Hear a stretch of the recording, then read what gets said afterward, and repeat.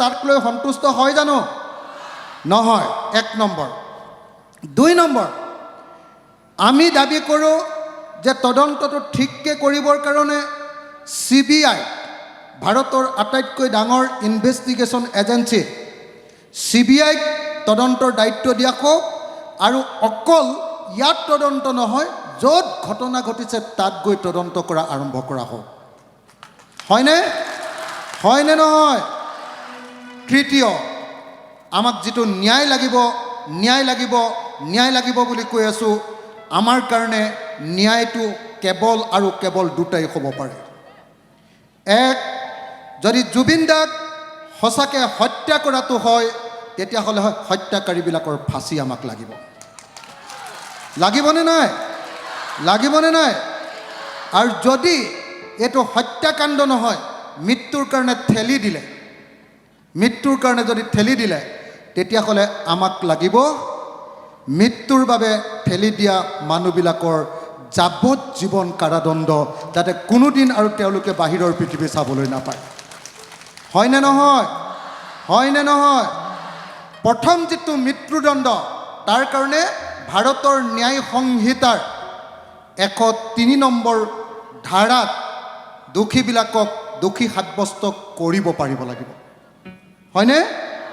আৰু যদি হত্যাকাণ্ড নহয়, তেতিয়াহ'লে দ্বিতীয়টো 105 নম্বৰ ধাৰা দোষীসকলক দোষী সাব্যস্ত কৰিব পাৰিব লাগিব। হয়নে? কিন্তু আমি চৰকাৰে যিটো তদন্ত কৰি আছে, এই তদন্তটোৱে আচলতে জুবিন দাক ন্যায় নিদিব বুলি সকলোৱে বুজি পাইছোঁ, আৰু সেইকাৰণে সকলোৰে অন্তৰত এতিয়াও একুৰা জুই জ্বলি আছে। জ্বলি আছেনে ৰাইজ? জ্বলি আছেনে নাই? চৰকাৰক ইয়াৰ পৰাই কৈ দিছোঁ, হয় জুবিন দাক ন্যায় দিয়া, নহ'লে সমগ্ৰ অসমৰ মানুহৰ প্ৰতিবাদৰ সন্মুখীন হ'বলৈ সাজু হোৱা।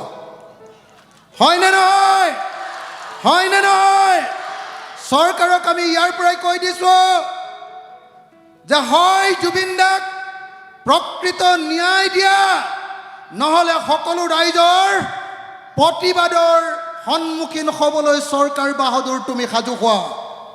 হয়নে নহয়? হয়নে নহয়? যদি হয় একেলগতে জোৰকৈ এটা হাত তালি। হয়নে? এইটো অসমৰ মুখ্যমন্ত্ৰীয়ে দেখিব লাগিব।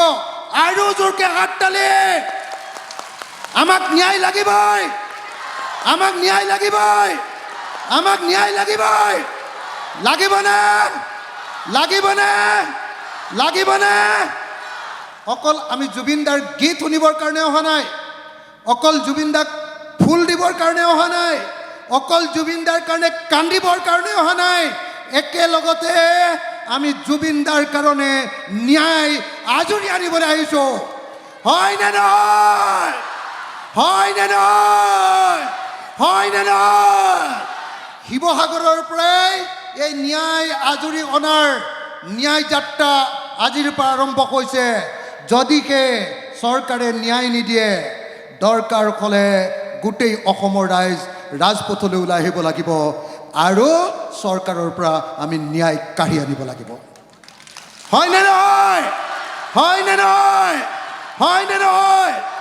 আমাৰ প্ৰিয় শিল্পীবিলাক, আজি যিসকলে আমাক প্ৰত্যেক জীৱনৰ প্ৰত্যেকটো সময়ত, দুখৰ সময়ত গান দিয়ে, সুখৰ সময়ত গীত দিয়ে, এই শিল্পীবিলাক যিসকলে ভালকৈ কেতিয়াবা নিজৰ জীৱনটো পৰিচালনা কৰিব নোৱাৰে, খাবলৈ ববলৈ অসুবিধা হয়, সেই শিল্পীবিলাকে অনবৰতে আমাক সুখত ৰাখে। আৰু তেওঁলোকৰ যেতিয়া বিপদ হয়, তেতিয়া যদি আমি শিল্পীসকলৰ লগত নাথাকোঁ, আমাৰ শদিয়াত কোন ঢুকাইছিলে? ৰাজীৱ হদিয়া। ৰাজীৱ হদিয়াক ঢুকাওঁতে যেনেকৈ আমি সকলো উবুৰি খাই পৰিছিলোঁ, এতিয়া জুবিন দা ঢুকাওঁতেও আমি সকলো উবুৰি খাই পৰিছোঁনে নাই? পৰিছোঁনে নাই? আৰু জুবিন দাক যেতিয়ালৈকে ন্যায় নিদিব, তেতিয়ালৈকে এই চৰকাৰক বুঢ়া আঙুলি দেখুৱাই থাকিব লাগিব। লাগিবনে নাই? লাগিবনে নাই? সেইকাৰণে মই আপোনালোক সকলোকে আজি ন্যায় আমাৰ যিটো সমাৱেশ, এই সমাৱেশটো সামৰণি মাৰিম মায়াবিনী গানটোৰ জৰিয়তে।